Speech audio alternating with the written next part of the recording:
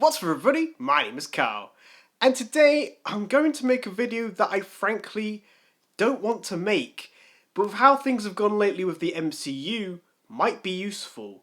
Today I'm going to give you what I think are 5 things Marvel needs to do to improve the MCU.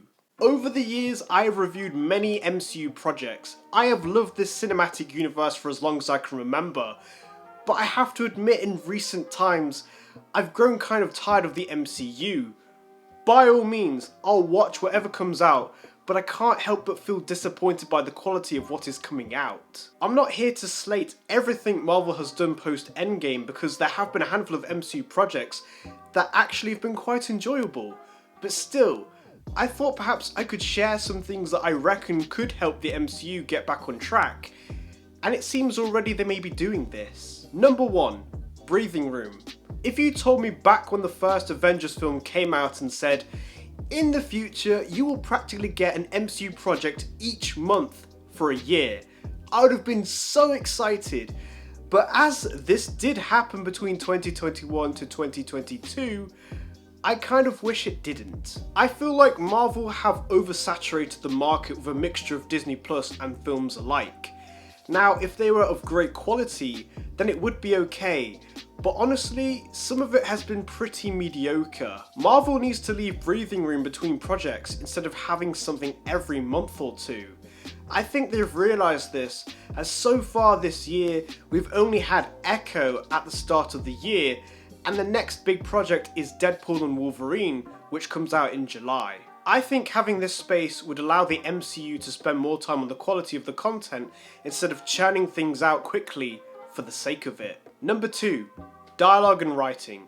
I can't lie, but I've begun to notice that some of the writing in these projects have not been great, to the point where some of the dialogue is either very cringe or bewildering. They'll never know what you sacrificed for them.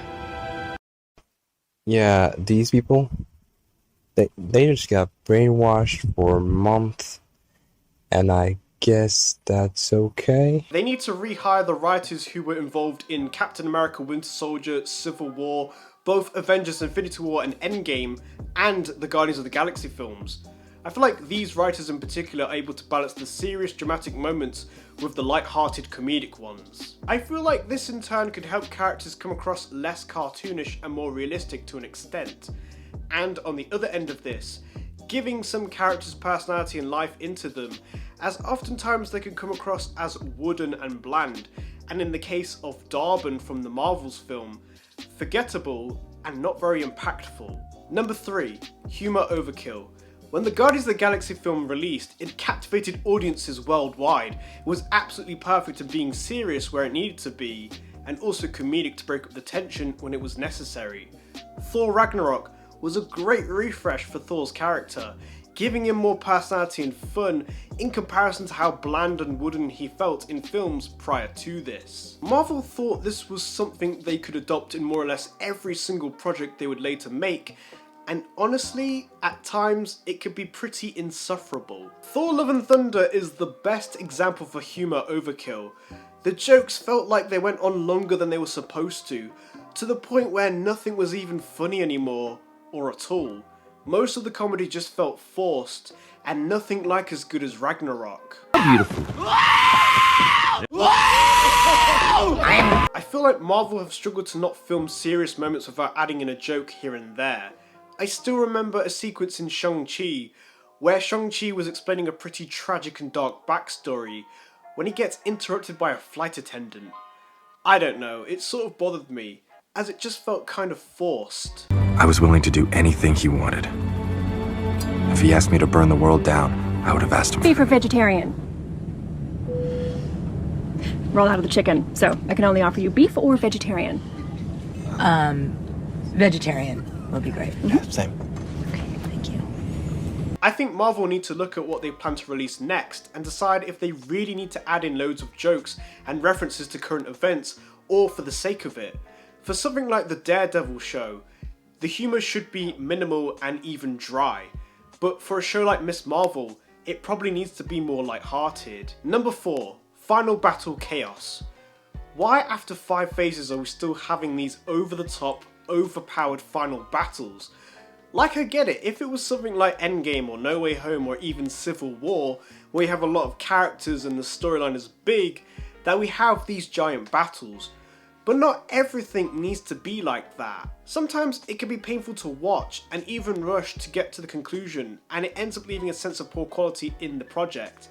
This feels more apparent in some of the Disney Plus shows, but certainly there are examples in some of the films too, such as Shang-Chi. The Shang-Chi final battle was honestly difficult to watch. The amount of CGI and visual effects were painful to look at because so much was happening at once. I feel like She-Hulk made fun of this in its final episode, and I guess it does make a lot of sense.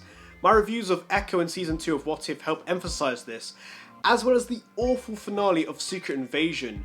The quality of these final battles seem akin to what we would have got in Phase 1, where the protagonist would fight the antagonist, who would conveniently have the same powers. At this point in time, we don't need that. I actually quite like the final battle in Wakanda Forever, especially between Shuri and Namor. I feel like it was stripped back and felt like an epic fight. Marvel needs to take a more simple approach to the final battle.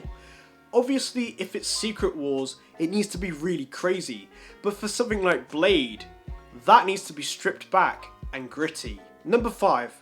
Good quality, bad quantity. The last thing that I think Marvel needs to desperately work on, and is something that has been addressed many times now, is the overall quality of the visual effects and CGI. Understandably, the quality content has gone down over the previous years due to the pandemic and the lack of access to travelling to in-person filming locations. This would probably hinder some Marvel projects' ability to use practical settings, but with the world now opening up and returning to normality, this is less of an excuse. But this isn't the big issue. The big issue is Marvel's desperation on getting these projects out quickly, to the point where the VFX teams have to rush the effects and quality of what they are making just to meet an unrealistic deadline. In return, you get really awful effects from the likes of Quantumania, Thor Love and Thunder and Secret Invasion. Admittedly, some of the better projects such as No Way Home have these noticeable issues too. I feel like at this point, with over 30 films and a load of Disney Plus shows in its franchise, we shouldn't be receiving these poorly, unfinished and unpolished pieces of work. Marvel needs to treat the VFX teams properly, allowing them to work to realistic and less stressful deadlines to ensure the quality of the work is met. I feel like this was evident in Guardians of the Galaxy Volume 3, which amongst the projects of Phase 5 was fantastic visually.